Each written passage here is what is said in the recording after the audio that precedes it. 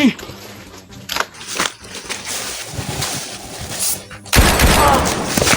sa'yo.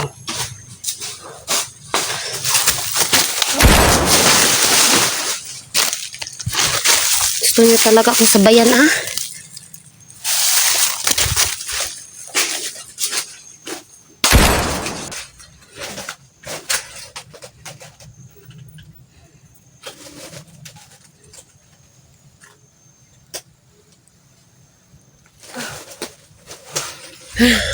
Proceed na tayo, guys.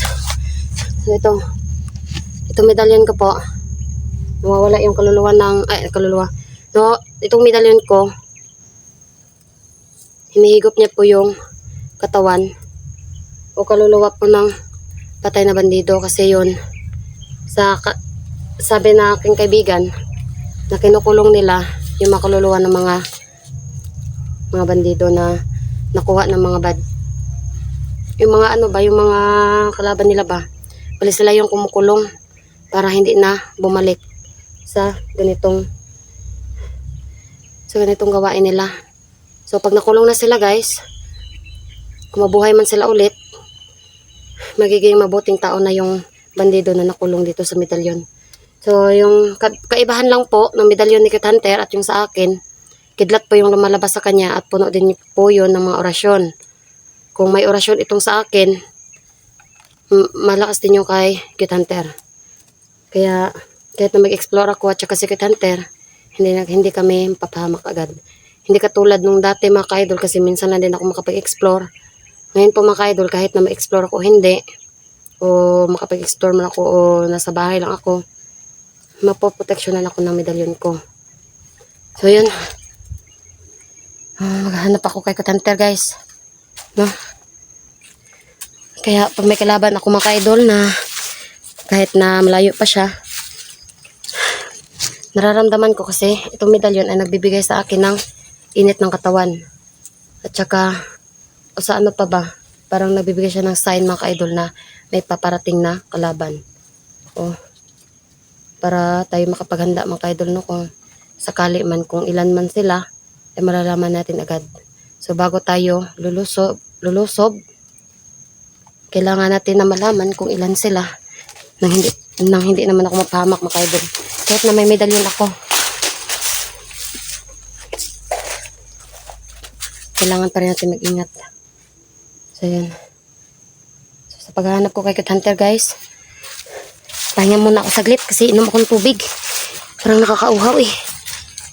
Nakakauhaw pala ito.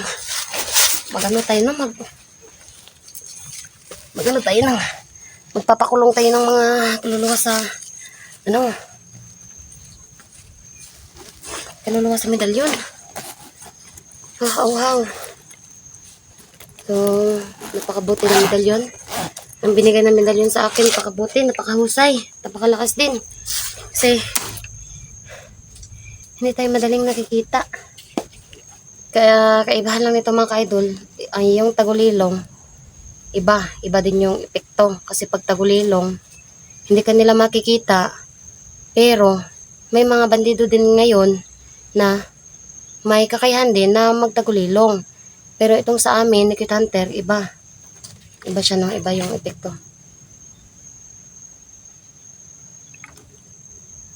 Kahit na may magtagulilong, guys, malalaman ko at nakikita ko yung magtatagulilong.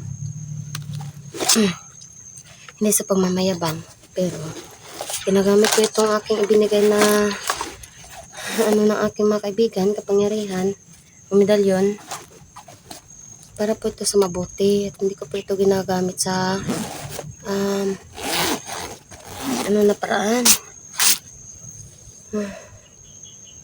Napaka guys, init. So pag mainit pa yung katawan ko, ay may kalaban pa. Nasok na yung baril dito, may kalaban. Hindi pwedeng pasok kasi may kalaban. Lalong lumalakas ng medalyon pag may nahigop tayong kaluluwa. Pag may mahigop tayong kaluluwa, pag sila ay naging tao ulit, ay hindi na sila maging bandido, guys. Magiging mabait na sila. Mas maganda yun kaysa naman na yung kaluluwa nila masusunog lang sa impyerno mga ka-idol. Pero hindi natin alam, no?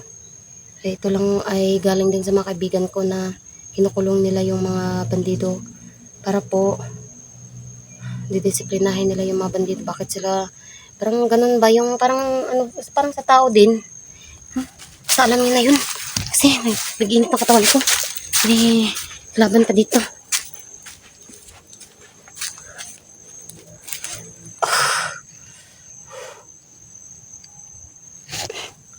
Tingnan natin doon. Guys.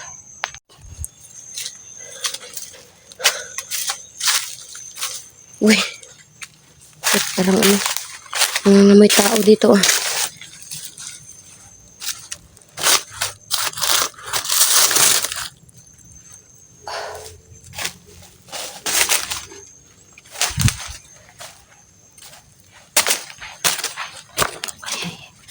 Ay.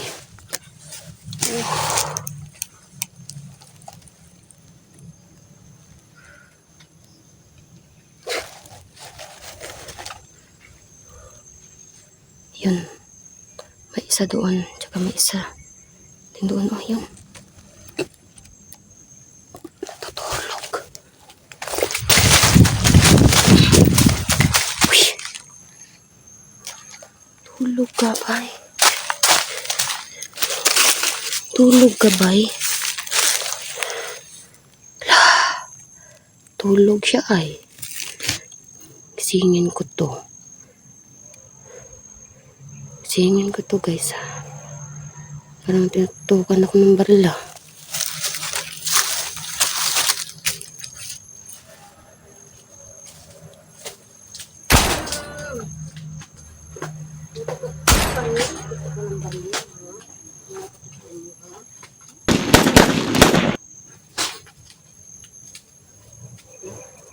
Tulog ka na habang buhay.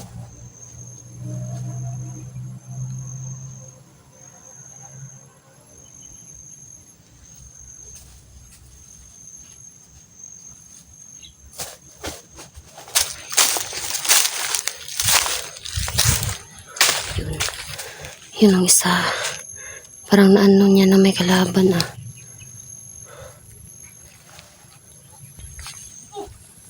Gi. Yan. Mapit ka sa akin at ako'y papatay sa'yo.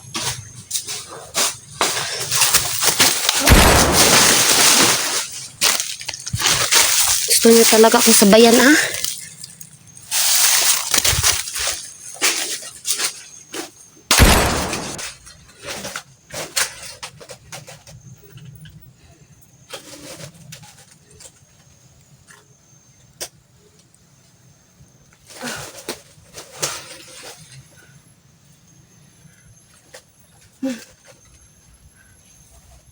Dalawa na mga idol na. Dalawa na po. Dalawa na ating na nilagay dito sa medalyon. Mas ramdam ko po na marami na o mas nagdadami po yung ating makukulong dito sa medalyon na to. Marami tayong matutulungan mga idol.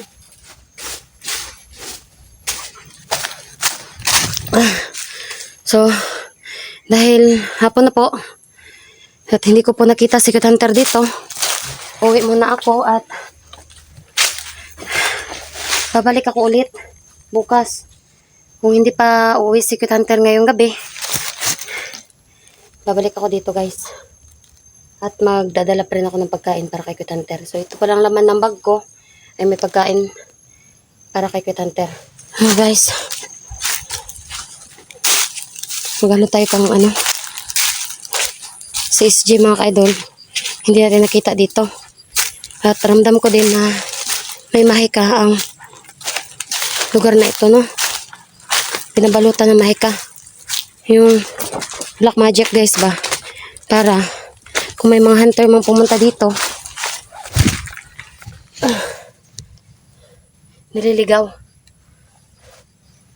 So ako mga ka-idol, dahil may medalyon na ako, hindi ako maliligaw dito, no? O kahit Secret Hunter, hindi maliligaw dito. So, titingnan natin. At may mga bakas din naman ito ng mga paa. So, nanggaling na din dito yung mga bandido guys na nagbabantay kay SJ. Mga bandido na napatay din ng mga hunters. Oh, abangan natin. Kasi, nag-iinit pa itong medalyon ko. May kalaban pa dito. May natitira pa. At sa lahat naman talaga ng lugar mga ka-idol, dito sa amin, ay hindi talaga nauubusan ng mga kalaban. Hanggat may kalaban, may hunters, at hindi kami susuko dahil pinaglalaban namin ang kapayapaan dito sa aming lugar. Kapayapaan at para mamuhay din kami ng tahimik kasama aming mga pamilya, no? Lalo na po sa mga anak namin na habang tumatagal ay lumalaki po sila at alam po nila ang realidad po na kanila pong mga magulang ay nakikipaglaban sa mga masasama.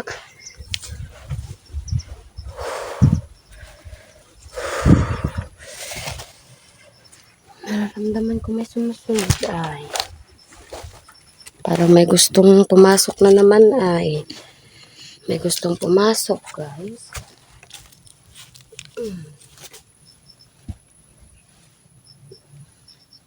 May gustong pumasok ay.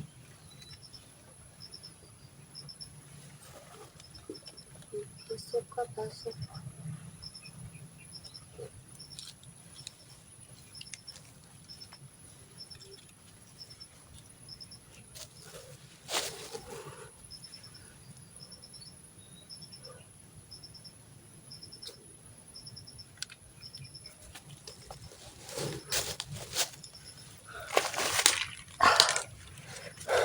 May gustong pumasok guys sa medalyon natin.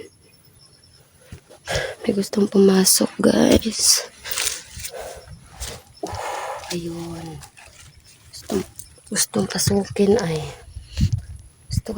Gusto mo talagang pumasok dito ha. Sa medalyon ko ha.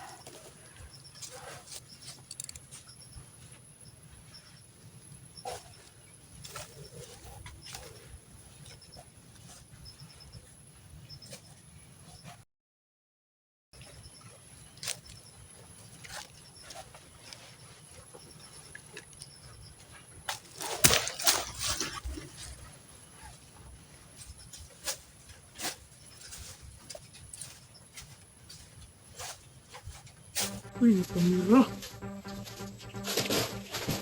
Sa kami.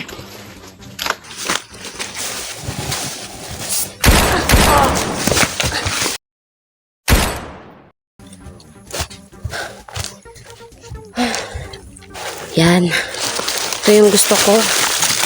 Yung may pumapasok sa medalyon ko na. Saglit lang. At iyan ko yung camera ko.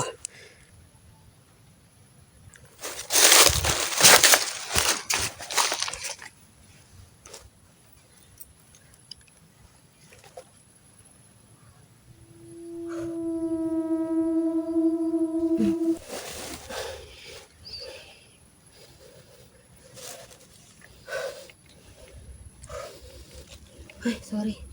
Sorry, hindi ko pantago agad. Ayan. So, may ano na tayo. Ngayong araw na ito mga ka-idol. Pinapasok na tayo mga kaluluwa. At masaya-masaya ang aking mga kaibigan mga ka-idol, no?